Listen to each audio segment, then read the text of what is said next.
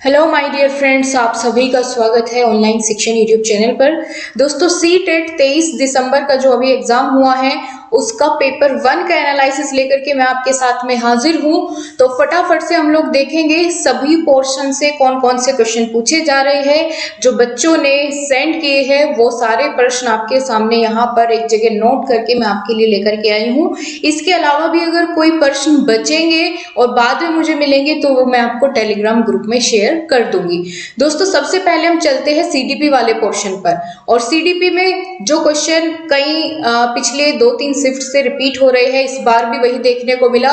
पियाजे के जो स्तर है 4 स्तर, उनसे क्वेश्चन पूछा जा रहा है। ठीक है, कोहलबर्ग की स्टेजेस से क्वेश्चन आ रहा है, वाइगोत्स्की से पूछा गया है, सृजनात्मकता से क्वेश्चन आया है और चिंतन से एक क्वेश्चन आपका पूछा गया है। आज की जो पेपर का लेवल था वो अच्छा था, मॉडरेट था, ना ज्यादा हार्ड था ना ही ज्यादा इजी था। लेकिन बात करें दोस्तों ईवीएस की, बहुत ही बेहतरीन आज के पेपर में आपकी ईवीएस पूछी गई थी। देखिए कैसे कैसे क्वेश्चन आए थे। एक तो क्वेश्चन पूछा गया था कि झारखंड की मुख्य फसल कौन सी है, तो यहाँ इसके ऑप्शन नहीं मिल पाए हैं कि कौन कौन से ऑप्शन दिए गए थे, उसके हिसाब से यहाँ आपको बतानी थी कि झारखंड की जो मुख्य फसल है वो कौन सी है। ईवीएस में एक मैचिंग वाला क्वेश्चन था जिसमें बताया गया था कि इन फूलों की सब्जी कौन कौन से राज्यों में बनाई जाती है। तो एक तरफ राज्य के नाम थे, एक तरफ फूलों के नाम थे और बताना था आपको कि केले की सब्जी कौन से राज्य में बनाई जाती है, उस राज्य का नाम बताओ। कचनार की सब्जी, कचनार के फूलों की सब्जी कौन से राज्य में बनती है, तो केले की तो देखिए केरल राज्य में बनती है, कचनार के फूलों की सब्जी उत्तर प्रदेश में बनाई जाती है और सहजन के फूलों की सब्जी महाराष्ट्र में बनाई जाती है।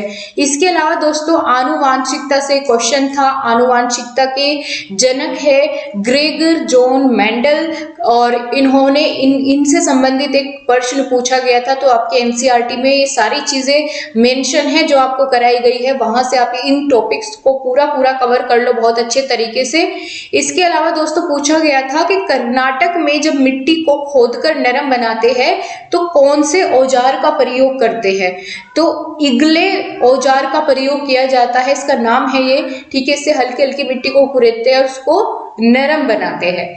इसके अलावा दोस्तों पूछा गया था बिहार में कौन सी पेंटिंग बनाई जाती है, मधुबनी पेंटिंग, या फिर मधुबनी किस राज्य में है, मधुबनी एक जिला है बिहार का। तो इसी से संबंधित कुछ एक क्वेश्चन था, मधुबनी और बिहार से संबंधित, तो आपको पता होना चाहिए ये भी। इसके अलावा मधुमक्खी से प्रश्न आया है, मधुमक्खी से प्रश्न आज ही के पेपर में देखने को मिला है, इससे पहले 2-3 शिफ्ट में ये रिपीट नहीं हुआ था, लेकिन अब यहाँ से क्वेश्चन पूछा गया है।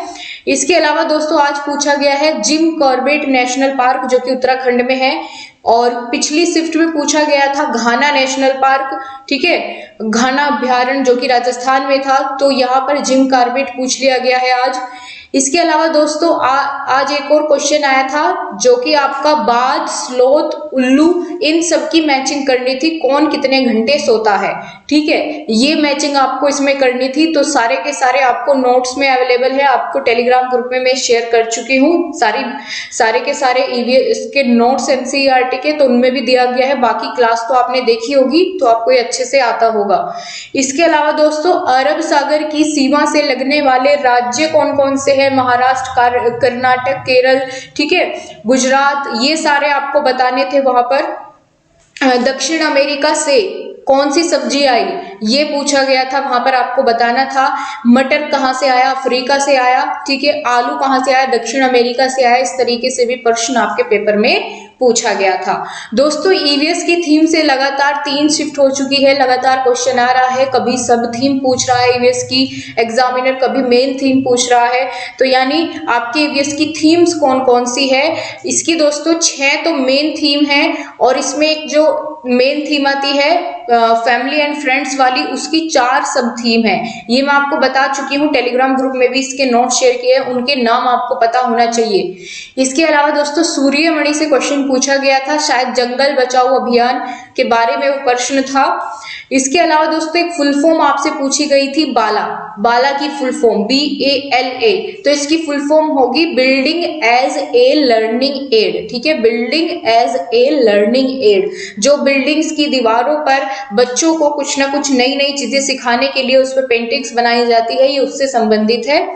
इसके अलावा दोस्तों यूरोप से शायद यहाँ पर एक पता नहीं, यूरोप से संबंधित एक क्वेश्चन था कि यूरोप से क्या आया, शायद इस प्रकार से कुछ क्वेश्चन था। ठीक है, तो यूरोप से पूछा गया था आपका। इसके अलावा शायद ये इसी सब्जी वाले टॉपिक में होगा कि अफ्रीका से कौन सी आई, दक्षिण अमेरिका से कौन सी, यूरोप से कौन सी, क्योंकि उसी टॉपिक में यहाँ देखने को मिला था यूरोप के बारे में आपकी एनसीईआरटी में।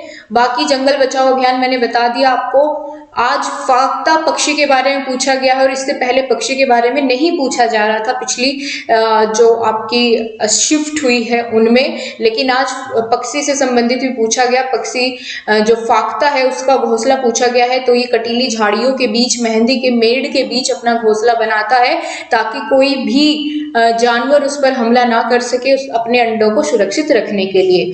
इसके अलावा दोस्तों झूम खेती से प्रश्न आज फिर से आया है। झूम खेती बहुत इंपॉर्टेंट टॉपिक है। कहाँ होती है? मिजोरम में होती है।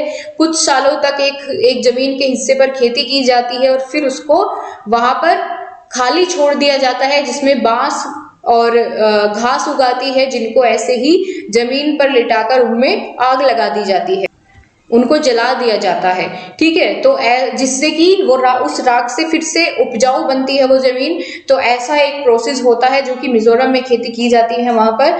तो उसके बारे में आपको बता दिया गया है पहले भी एनसीईआरटी की जो क्लासेस मैंने आपकी ली थी।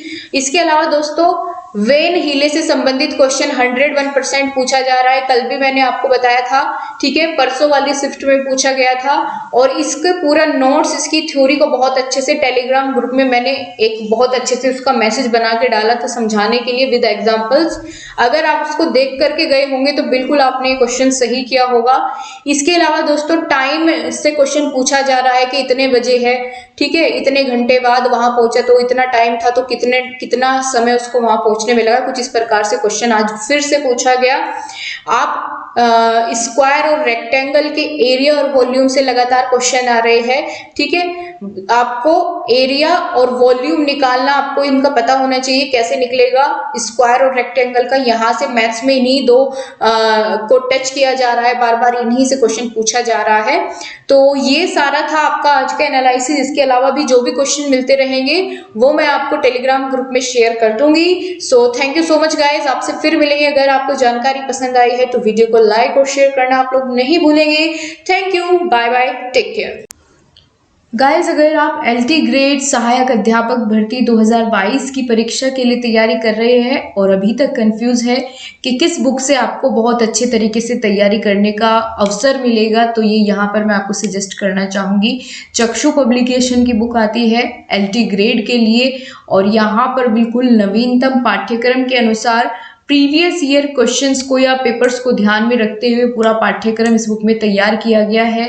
साथ ही इसमें 2019 का पेपर भी सोल्व दिया गया है और साथ ही साथ यहाँ पर आपको बहुत सारे नए नए क्वेश्चंस देखने को मिल जाएंगे और 800 बहुविकल्पीय प्रश्न भी इसी बुक में आपको देखने को मिलेंगे। आपकी प्रत्येक विषय की यहाँ पर ये बुक अवेलेबल है। इसी के साथ यहाँ पर आप लोग देख पाएंगे, ये यहाँ पर आप देख सकते हैं सभी सब्जेक्ट्स की आपकी ये बुक अवेलेबल है। ठीक है, और इसी के साथ इस बुक की खासियत ये है कि जितना भी मटेरियल है वो बिल्कुल सिलेबस को ध्यान में रख करके दिया गया है। कुछ भी एक्स्ट्रा नहीं है, कुछ भी कम नहीं है, बिल्कुल जितना होना चाहिए उसके हिसाब से सारी चीज़ें व्यवस्थित रूप से आपको इस बुक में मिलेगी। साथ ही इसके प्रैक्टिस सेट भी आते हैं। आप लेना चाहेंगे तो आपके पास के किसी भी बुक स्टोर पर ये बुक अवेलेबल हो जाएगी चक्षु पब्लिकेशन की, या फिर आप इसको ऑनलाइन भी खरीद सकते हैं जिसका लिंक आपको डिस्क्रिप्शन में दे दिया गया है। Thank you guys.